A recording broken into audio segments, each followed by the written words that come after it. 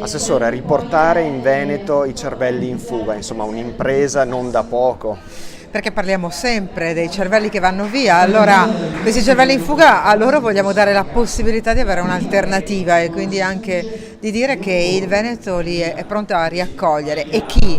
Quelli che sono andati via e che sono veneti, che stanno facendo esperienze di lavoro nell'accademia all'estero e che possiamo richiamare da noi dentro le imprese o dentro il mondo della università.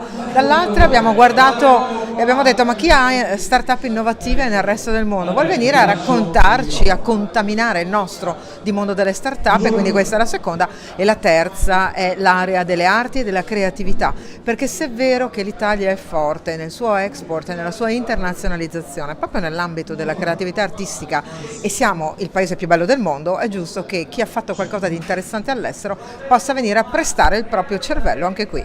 Tra l'altro una delle peculiarità di questo progetto in Veneto è la rete, il network che si è creato, addirittura 14 progetti in 6 città venete, quindi un impatto diffuso sul territorio regionale. Perché la contaminazione è la rete che funziona, perché il Veneto è una città metropolitana diffusa e il mondo è così globalizzato che ha bisogno di avere dei punti di riferimento, noi vogliamo darli, e quindi questa volontà di richiamare da noi per una contaminazione positiva pensiamo possa fare bene proprio al nostro territorio.